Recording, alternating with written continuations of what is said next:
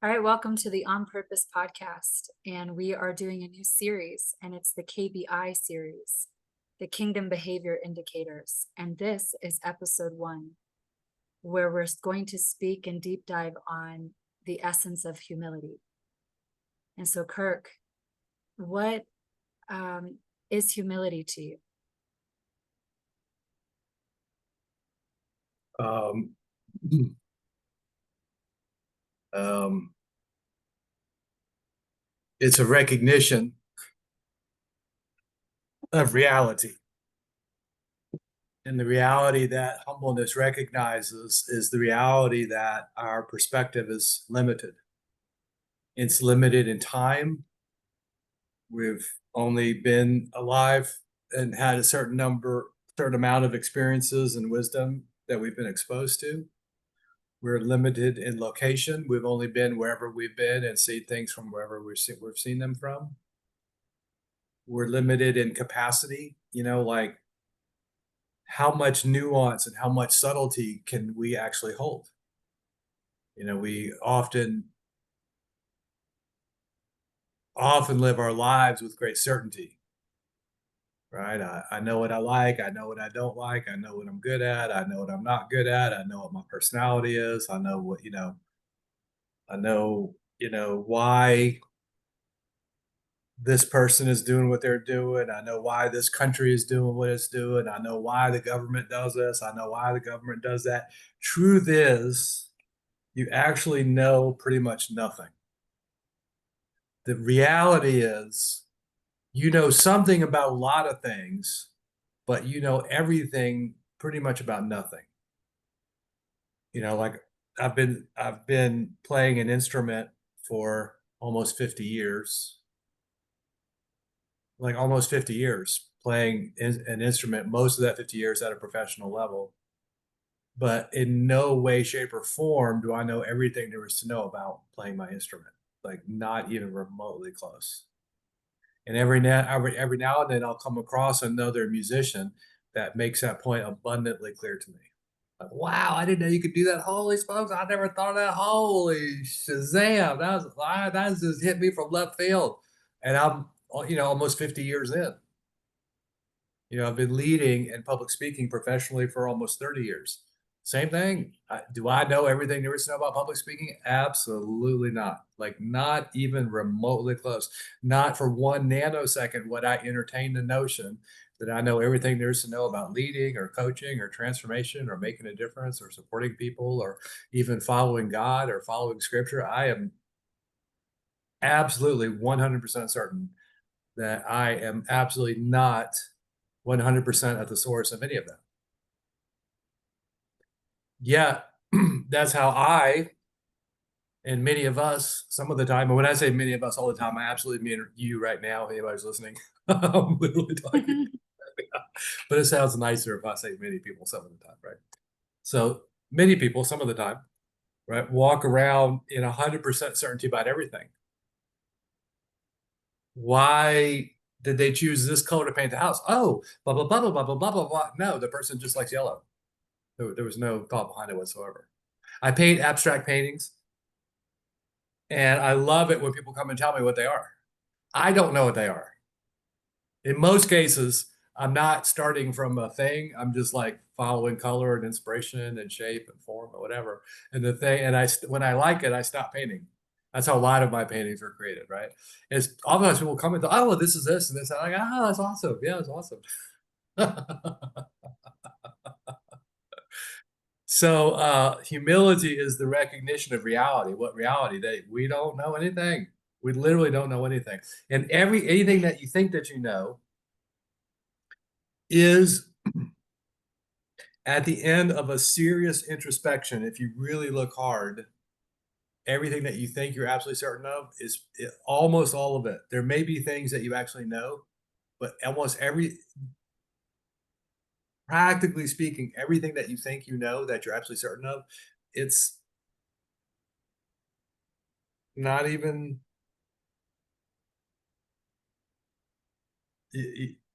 every way that you think you could know something through your five senses are incredibly flawed People see things that aren't there and hear things that aren't there and all the rest of it all the time, like all the time. People think things through really hard. Well, people are, every 20, 30 years, there's a technological upheaval that upends all the previous knowledge that we were very certain of. And now we live in this new knowledge that we're very certain of. And, and then that will happen again in time. And we'll be totally shocked and surprised, like, wow, that's been there the whole time. Yeah, it's been there. Yeah. Electricity's been there the whole time. Wow, that's amazing. You know, and then it'll, we live in great certainty, closed off to actually questioning anything around us, actually observing and experiencing reality is not possible when your cup is full, when you've already decided that you know everything, you're not letting anything in. It's the opposite of being sensitive. Being certain is the opposite of being sensitive. In certainty, you're just, I'm done. I know why you're doing what you're doing. I know why I'm doing what I'm doing. I know why that's happening. Otherwise, I have no further questions. Well, that's great. And you might even be correct about it. But living that way leaves you disconnected from reality because you're not looking for reality. You're not practicing an interest in, hey, what's happening here beyond my perception? What's happening here beyond my bias, beyond my preference, beyond my five senses, beyond my ability to reason, beyond my ability to feel, beyond my ability to perceive. I wonder what's happening outside of my ability, of my capacities. My answer is a lot. My answer is most of it is happening outside of your awareness. Most of what? Everything. Yeah. If I drew a circle and I said, okay, tell me what percentage of the circle is everything that you know. If it was anything more than a dot, you're completely disconnected from reality. And yet we walk around with great certainty, blocking us from learning anything new, absorbing anything new, hearing anybody. So that's humility. So the opposite of humility is arrogance. It's living your opinions as the truth. This car is better than that car. Really? How come? It just is. Oh, I got it. I got it. I gotcha. This kind of dog is better than that kind of dog. How come? Just is. Okay. Okay. Okay. So so you're perfectly happy to live in an illusion as though it's real. And even when someone points out to you that you haven't actually made a case for your perception of reality, like why the dog is better, why this car is better, and in fact, you're unable to make a case. You're unable to discern and distinguish within yourself why you're saying one thing is better than the other, right? You're just regurgitating what someone told you. You're not at the source of anything. So people walk around with 100% certainty about what? Pretty much everything. One of the things that people are certain of is everything is someone else's fault. One of the things that people are very certain of is my suffering is somehow your fault. You didn't talk to me the right way. You didn't dress the right way. You don't have the right political affiliations. You don't have the right ideology. You don't use pronouns. You don't have blue hair, or you do have blue hair, or you do use pronouns, or just whatever, right? We walk around in complete certainty about how things are supposed to be. Most people, most of the time, I think we know to whom, and with what vigor I'm pointing, yes. So most people, most of the time, are just completely certain that everything wrong with their life is someone else's fault. And without the willingness to examine, oh, wait a minute, maybe I've already made a decision about who I am and the way life is, and I'm literally manifesting and acting out my decisions on myself and everybody around me. Maybe that's what's happening for most people some of the time. For most people, most of the time. Yes. So arrogance is living your opinions as the truth. Almost everyone does this. Arrogance isn't like being loud. I mean, it is, but when I say arrogance, I don't mean loud. No, I just mean You're just quietly, you could just be quietly and sweetly, agreeably, just under the full knowledge that everything you think to be true actually is true. Arrogance. Boom. If you want to live in hell, if you want to constantly make a mess in your life and everyone's life around you, just keep living inside of your opinions as the truth. Um, a popular phrase in the last decade or so is my truth. And people have been taught to embrace their truth and defend their truth against all assault. Problem is, the reason you have to call it my truth is because it's not the truth. And if it's not the truth, it is a lie. So my truth, translated correctly, without the distortion and the ideology and the bullshit and the propaganda, if you just actually just follow what's actually being said, my truth is actually a lie on purpose and by design. There's no other way that it can be. And the humble person realizes that almost everybody is living in their truth. And so when you understand that you're living in your truth, that everyone's living in their truth, you have a shot at interacting with reality, with what's actually happening around you. You have a shot. But that shot doesn't come unless you can uh, look stone cold in the eye that most of everything you think, most everything you know to be true isn't. We've all grown up in an upside down, backwards world. We all grew up thinking that the news was there to inform us, and governments were there to serve us, and police departments were there to protect and serve, and education system was to educate, and the monetary system was to make it easy for us to do commerce, and the military system was there to protect us, and the educational system was there to educate us, and the medical system was there to take care of our health. That's what we all thought. That's what we all thought. I thought that. I mean, I knew they were bad apples, but I thought everything was basically designed for the intention that it was stated it was designed for.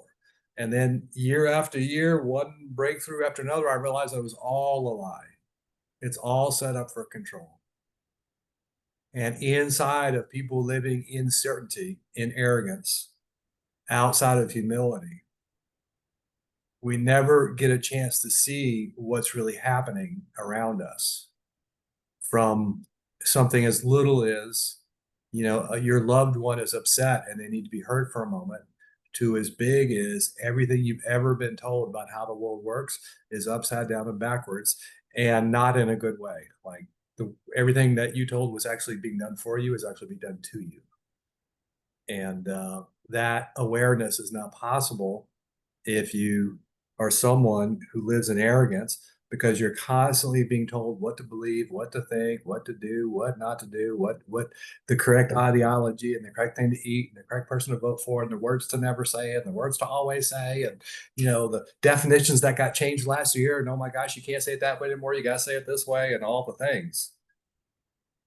You'll follow that. You'll just follow the next big ego that walks by, unless you can actually differentiate between illusion and reality. And humility is an access, a doorway into discerning the truth from lies.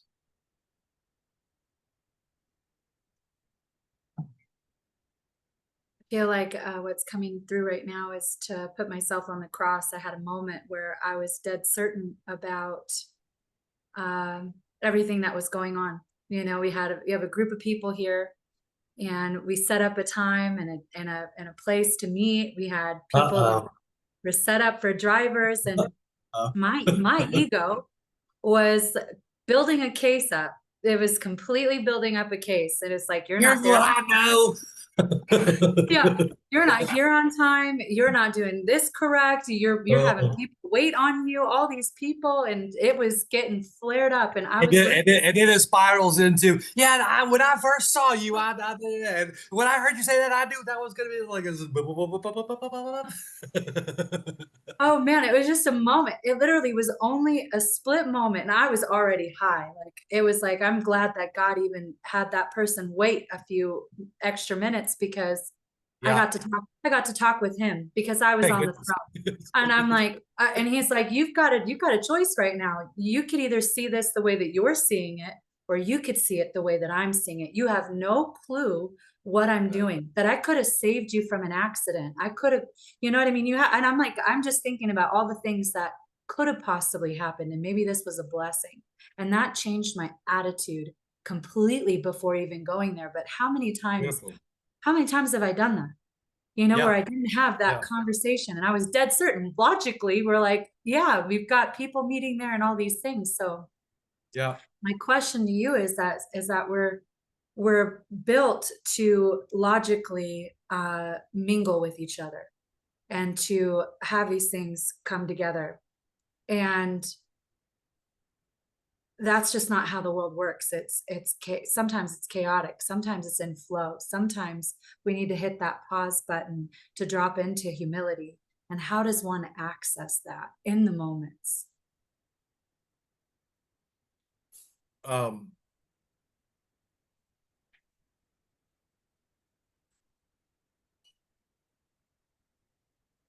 one of my formulas for success over the years has been being smart, knowledgeable, quick-minded, creative thinker. I used to talk about out innovating my competition. You know, only fools outwork their competition. Smart people out innovate their competition. You know, so whether that's true or not, you can hear that pendulation towards relying on my mind to survive and succeed in life. Right. So this idea that we're talking about was not comfortable or natural for me. I learned to be quick on my feet. I learned to be quick minded as a survival tool. And so the idea of embracing that I don't know what I'm talking about did not occur for me initially as a very good idea. Dang, ping, ping, ping. Understating my opinion of this, my initial opinion of this awareness, right? No, I know what I know. I got 20 years of this and 30 years of that and 40 years of that. And I got the awards and the track records, and I was first at this and fastest at that and all the things. And yeah, okay, super duper, super duper. And the I'm gonna get all my numbers wrong, so I'm acknowledging that ahead of time. No one needs to point it out to me. But the universe is like 4.5 billion years old, or 7 billion years, whatever. The planet's however many 100 million years old, billion years old, whatever. Um, so you got the universe, and you got the sun, and you got the planets. That was all just nothing at first, and then a huge explosion, then dust, and then gravity and movement and energy and light, and like nothing. And then things begin to coalesce, and suns form and planets form, and then planets are dead for millions of years, and then they come to life, but the life is very simple. And then over millions and millions and millions of years, complexity continues to evolve and form into ever more subtle and beautiful forms of life. And then eventually we show up with an opinion that the whole thing was done incorrectly.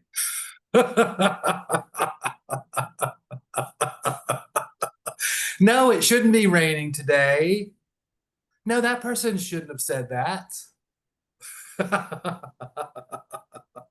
Oh This is how man. I keep myself humble, right? Like, I just look at really what are the odds that my perspective matched against the entirety of the universe. I mean, what are really the odds? You know what I'm saying? And so while I do covet, I mean, I do respect my mind and I use it, and I am very blessed to be quick and deep and sensitive, and I can do great things with my mind. But I'm very clear that it is incredibly fallible and incredibly misleadable And so while I respect my mind, and from time to time I put my mind and experience and my ability to think and I respect that and I put that to good use from time to time. I build things, but I build things for love. I build things for God. I build things for humanity. And so in doing so, there's no room for failures or mistakes that would derive from me ignoring reality and following my personal preference or following my illusions or following my ego. That would be that would be an unacceptable expense to me to build something like our leadership program, to build it from ego or my reputation rather, or what I know to be right or not right, rather than build it from love and build it in a surrendered way. The product I got far exceeds what I even thought was possible. Therefore, by not following myself, I'm very certain that's the result of building something that is better and bigger and more beautiful than I personally could imagine. I don't think that would have been possible if I was locked into only operating inside of what I know and am certain of. Everything would have had to be a lot smaller because what I know and am certain of is infinitely smaller than infinity.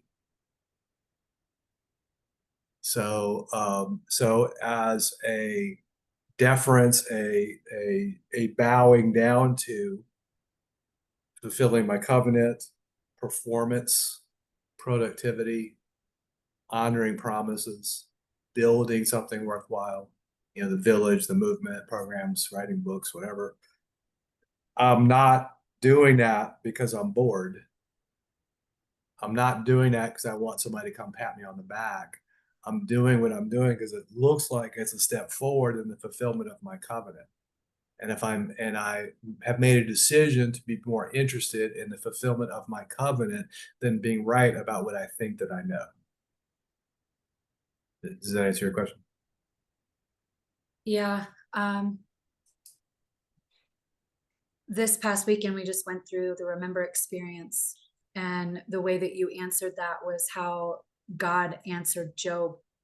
And he's like, I answered with myself. And it's like, were you there when the foundations were built? Were you there when, I Yeah, made thunder strike the sky? Like, you weren't yeah, there. So he right. gave himself. And like the way that you just described that was like, wow, we don't know the infinite power that God is. Yeah, And it's very humbling and fearing, and awe and the wonder and the fear of God kind of yeah, way. yeah, yeah. So yeah. Um, and I don't want to overgrandize it, right? Because how you said that, it's really beautiful. Like we don't know the infinite power of God, but also like, I had a little thing with someone here for a while. I was in charge of construction here at the property, and one of the people here wanted to alter the the foundation of the house, the way it was built, to make it look like a home and gardens kind of thing, right? And this is not a home and gardens kind of place, so the whole thing was kind of weird. But anyway, it just happened. I was standing next to two people. One was the contractor who actually built the house, and the other was a contractor who's built many houses in this land, right? We're in Costa Rica. And in Costa Rica, houses are built a certain way because there are earthquakes here on the regular. Earthquakes are just a regular thing here, right? Minor earthquakes, but just it's regular, right? So houses are designed to be jostled around and still be fine. And had we done what he wanted to do, this house would no longer have that integrity. Both the people who actually knew what they were doing, one of them actually built this specific house, said, no, we can't do that. And this person argued with me, and their argument was, I've built houses before, I've run construction crews, I've studied architecture, I know what I'm doing. Okay, so that's true. He's done all those things, he knows what he's doing. But there were subtleties and nuances beyond his appreciation. First of all, the design of this particular construction, the thinking behind how it was done was something that was unknown to him. He didn't understand why it was the way that it was. Secondly, he's never built in an environment where there were earthquakes, right? Mhm. Thirdly, the materials used in Costa Rica are not the materials that we're used to in the States, right? So even the materials that would be used are not the same that he's used to. Now, he could have overcome all of that easily, talking to locals, getting information, but he refused to acknowledge that he was not right. He refused to acknowledge that he lacked a nuance of understanding of this specific situation, that his general knowledge was not up to the task of this very specific situation. And and I could not get that conveyed to him. So that's arrogance, and that's living in certainty, and that's just sort of a practical, pragmatic kind of example that we all do all the time, but don't really notice. Like, it's those little things too. You're absolutely certain you know how things work, but almost always there are nuances and subtleties in every situation that not only are you not currently taking into account, but many times it's not able to take into account. Some things are random, and some things are influencing the world around you that you don't see, and they're influencing them a lot, and they're influencing them randomly. So as you start to really deal with, you can't predict the future. You can't know why things are the way they are. You can't know why people are doing what they're doing. I mean, you can make educated guesses and be right much of the time, given whatever your mastery level is, but that's not the same as knowing what you think you know. Yeah. What's the pitfall with this? Like, because people try to hold on to their arrogance because the I know for myself is like every time that I told the truth, I got hurt for it, you know? Yes, So there is that also. Yes. so there's this like how does one start to practice humility and telling the truth and loosening their grip on their arrogance? Well, first, so you can work on things simultaneously from the inside out and the outside in. So the inside out is, for me, is the awareness that I just shared. You know, I'm a very limited being, limited perspective, limited time, limited geography, limited sight, limited hearing, limited. And so it would just simply, as a matter of pragmatism, right? I should probably uh, just understand that I'm going to miss things. I'm going to misinterpret. It's important to just understand that that's just physics. There's no other way that it can be once you see the picture fully. So that's from the inside out. From there, you can start to loosen up, right? On the outside in, right, you could start to notice when you say things like, "Hey, that's how that is," or "That's how to do that." That's how to do that is very different than, "Hey, I encountered the same thing. Would you like to hear how I got myself through that?" Mm, Right? And now I'm not saying I know the truth, and I'm not saying I know what you should be doing and what you should agree with. I'm simply saying, "Oh, that situation looks familiar to something I've encountered, and I actually got through it. Would you like to hear more about that?" Right? So that's not a semant. It is semantics. I did word something differently, but it's not semantics in that those words actually alter the energy. If you allow them to, if you're coming from humility, those words alter the energy of that communication from imposing something on somebody, laying something on somebody. Here's what you should notice. To, "Hey, I think I have something for you. Would you like to take a closer look at it?" mm, Right? So that's just a real simple example. And that's how, now that doesn't work if you're just altering the words and not the energy. You must start with the energy of, "Oh shit, this actually," even though, so for me, this comes up for me a lot. I've been leading at a professional level for about a little over 25 years, in front of people and all the things. And so many of the conversations that come my way, I've literally had thousands, if not tens of thousands of times. Right. So there are conversations I've had thousands of times, and like almost everyone out of thousands of the times I had that conversation, this was the source of it. But on 3 occasions, it wasn't. That's understanding, that is humility. oh So wow. I allow myself to move forward boldly. I allow myself to move forward with confidence because I am very experienced and very trained and very committed. And my conclusions are often effective, right? What I conclude and what I do next often, very often, gives people an opportunity to set themselves free in an area where they really wanted to be free, right? So I've got the track record, I can see the results. I'm not backing down from, hey, I got something for you, right? So I'm not like, oh, well, I don't really know anything either. That's not at all where I'm coming from. Where I'm coming from is, here's what I think will work for you. And at the moment of reception, I now am open to it either is or isn't the answer. Mm. It either is or isn't what you're looking for. I'm not attached. No, you got to do it this way. Ah! By the way, anybody ever tells you that, run. You got to see it my way. You got to think like this. You got to do everything this way. Ah! That's not the person you want to follow. So I humbly present myself as the impact player for the other team. Hey, it looks to me like you're dealing with something that looks like something I have actually, been through, transformed, transmuted, journeyed through. And I think I have a really powerful answer that would make things just incredibly better for you. Would you like to hear it?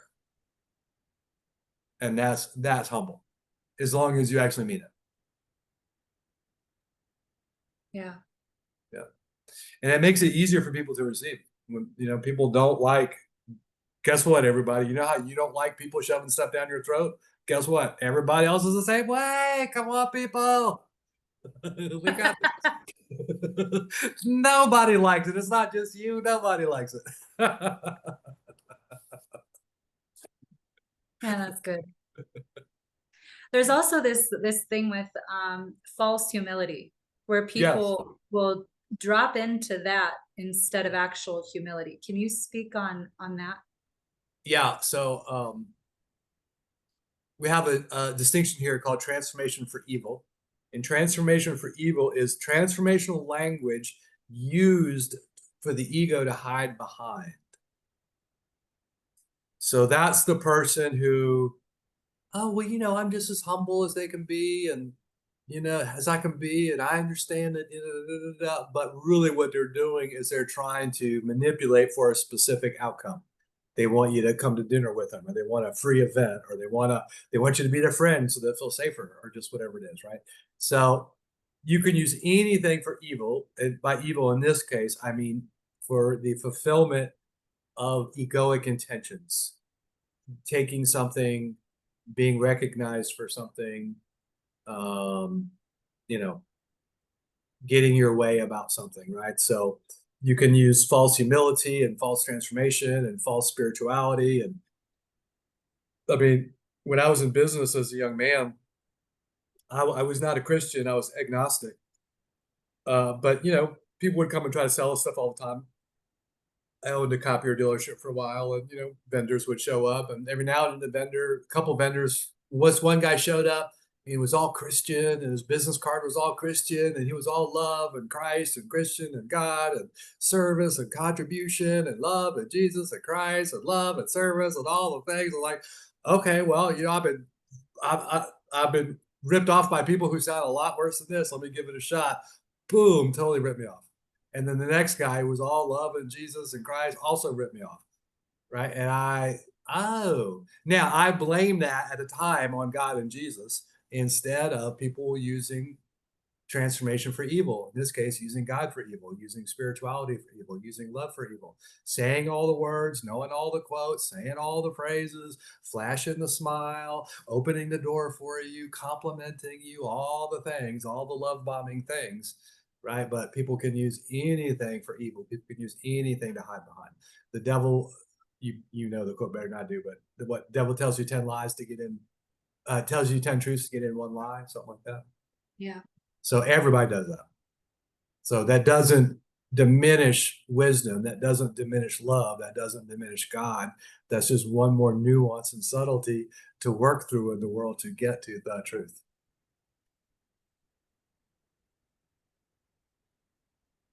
Wow. So you said something very powerful. You said that you stay in your confidence, you stay in your leadership, you stay inside of your success while not letting your ego take over. So how does one do that? You know? Well, it's easy to see that in another, right? So I can look at John, for example, right? And he's very effective, very confident, um, efficient, effective, confident, right? And and humble, willing to stop and listen, right? But I can view him as a human being. I can view him as imperfect. John for me is a very highly developed, very highly in tune with God, highly committed human being, and therefore flawed. Right? I acknowledge his incredible strengths and commitments and what he fulfills on a daily basis and the grace with which he fulfills it. Yet, clearly, he's a human being and clearly fallible. Right now, in an understanding and a knowledge that he's fallible, I still want him to operate with extreme confidence, boldness, confidence. Make the move. Let's see. Let's find out. Is that going to work? Let's find out. And let's not dip our toe in the water till we're ready to swim. Let's not try it out and see what happens. Let's give it a full swing for effect with boldness, with confidence, with accuracy, with love, with heart, with vigor. Boom. And then it's either it or it's not it. And we're not going to beat up each other, ourselves, or anyone else. And then we move on to the next thing. So if I see it in him, I can see it in me. If I stand away and resist the temptation to not want to be seen, right? Like I don't want to say anything, I don't want to brag or anything like that. But if I actually look at myself, I can see a man who's for decades has demonstrated great commitment to contribution and service, who's turned himself inside out uncountable amount of times in order to develop himself to be effective in service, and has given up his perspective over and over and over again, and given up his worldly gains and all the things just purely in service. I would want that person to continue to be bold and confident, and then be willing to stop at a moment's notice, stop on a dime, and reconsider or re-listen to something or re-feel something, right? But nothing gets done from timidity. Nothing gets done. Nothing beautiful or big gets accomplished through sitting on your hands. Right? There's a time for peace and a time for war, and a time to plant and a time to sow, and a time to harvest. And so it is. There's a time to sit and there's a time to move. There's a time for action. There's a time for observing. And when it's time to move, when it's time to act, when it's time to go, when the bell rings, I want my team to be moving with great confidence and humility. That's the the acknowledgement that I most remember that John has ever said about me, is he pointed to me and said, "There's a man who's confident and humble," and that's great power. I've experienced that power within myself, and I've experienced it with others, and that's part of the gift and the blessing that I attempt to give in my leadership training.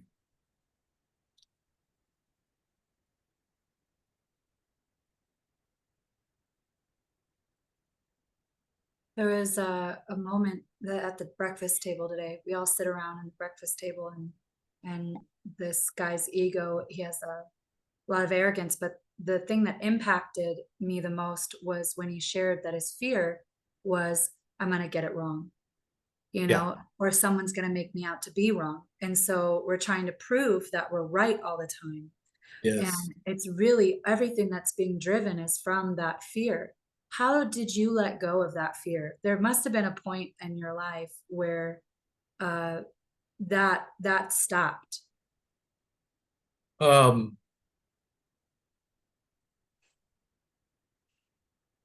well,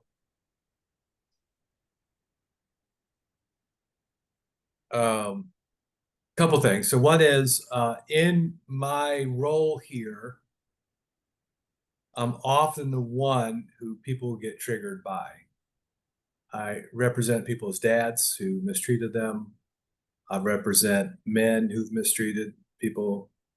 I represent authority that people have been taught to resist and disrespect. So, um, I'm an easy target to to get triggered by, right? Um, Could you ask me your question again? Yeah, it was there must have been a moment, and that Oh, was yes. Yes, yes, yes. Okay. about when that had stopped, where that belief of getting it wrong, or you know. Yeah, it's so in that what I was just sharing, people are getting it wrong all the time with me, who I am, what I'm up to, what I'm intending. I'm not here to arbitrarily enforce rules. I'm not here to hurt anybody. I'm not here to mistreat anybody. I'm not here to get away with anything. I'm not here to abuse and take and mislead and twist people's intentions and words around. So people get it wrong all the time with me, right? Some people. And so it used to be that I would try to set people straight and I would notice that that did not work. When someone's made a decision about you, your attempts to straighten them out are received as defensiveness. Mm.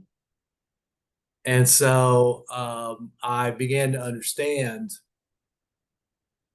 that some people's perception of me, discussing the experience of being seen as being wrong, right? So some people's perception of me will always be incorrect. Like there's just nothing I can do about it. They've decided that's the world they live in. What they've decided about me really says much more about them than it does about me, but they likely will never appreciate that. And it's not my job to do anything about that. Even though I very well may and very well have experienced consequences that were very painful to me from other people making stuff up about me, talking to other people, like getting a whole thing going. And then all of a sudden my environment's very different, you know. So there's a real reason to be concerned about what people are thinking about you. Like there are real consequences to what people have decided about you and what they go tell other people. Like, people go to prison, people die, that's a real thing. However, in my exploration of faith, all things are working for good for those who believe and are called according to his plan, right? As I increase my ability to live in that world and have that be completely unquestionably true for me. I'm not always in that space, but I'm always close to it. And sometimes I'm there and sometimes I'm close to it, but it's not like I'm not completely at the source of that yet. But that's where I'm headed. And that's my solace. That's my salvation in the sense that when I first met John a few years ago, I was already an accomplished trainer, leadership trainer, that kind of stuff. And what I saw in him was he was doing everything wrong and getting better results than most people will ever come close to. Just in people receiving them and hearing them and getting wisdom and insight and having a great time and pulling him into them it was incredible results and incredibly clunky.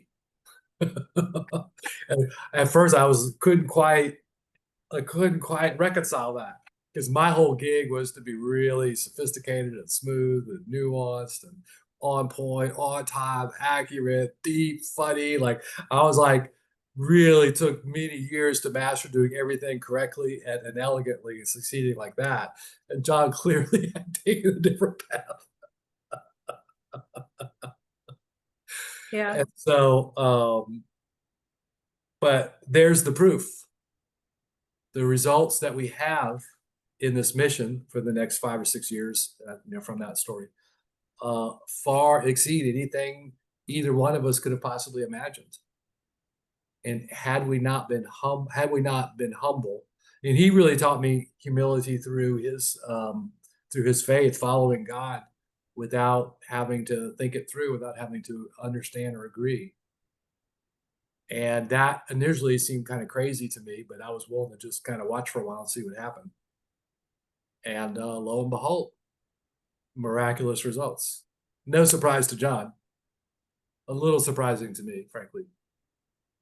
But month after month, year after year, miraculous results keep showing up at this in this mission through awarenesses and perspectives and practices that that were beyond my awareness. And so, you know,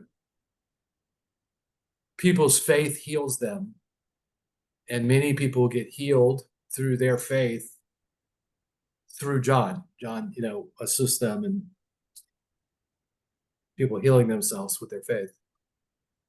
And people are like, wow, it's like a miracle. Like, how do you have so much faith that's going to work? And it's like, well, at this point, it has always worked for years. So it doesn't take faith for me to see that it's going to work. It would take faith for me to believe that it's not going to work, since it's worked pretty much, it's worked every time for like a really long time now. And so it is with me. It doesn't take faith to understand that the recipes for our success, much of it is going to be beyond my awareness and is not going to make sense to me. And that's not a stretch for me because I've been fucking watching that for 5 years. So, Kirk, do you understand exactly what I'm like? No, not really. I guess it must be a God thing. Well, what do you think about that?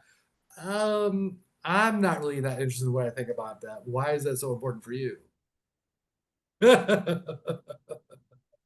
Boom. Yeah. So, that's how that looks to me. That's how I attempt to keep myself humble to the extent that I'm able to do that. Thank you for that. So humility is the first step in this journey and awakening and a kingdom behavior to have. So thank you, Kirk, for this deep dive. Thank you for showing how much and how little we actually know. And You're welcome. and how to humble ourselves into faith, into something that's way greater than we could possibly ever perceive, something way greater than we've ever known. And it's yeah, something beautiful to witness. Even with me, I've seen so many things happen and shift for me that yeah, I'm really excited about this journey and what we're up to. And so what I really heard, the deepest part, to even have this, even being set sail on this journey, is a covenant with God, something way greater than yourself, something that you're committed to, because you're going to get tested. It's going to show up. That's a sure thing. That is a sure thing. But with humility, we can understand that God's got us in the whole plan. So thank you, Kirk. I appreciate you. There's also going to be some resources for you, whoever's watching this and have continued all the way down to see this through. We've got many opportunities for you and support for you on this journey. One is the Visionary Leadership Program. We are in 5.0 in the second week of that, and Kirk McDowell's the leader of that, and that link is going to be in the description box below. It's to support you in finding your voice from the inside out, to finally go on the inside journey and see who you actually are. So that's there for you as well, and there'll be many resources for you. So thank you again for joining us in distinguishing humility.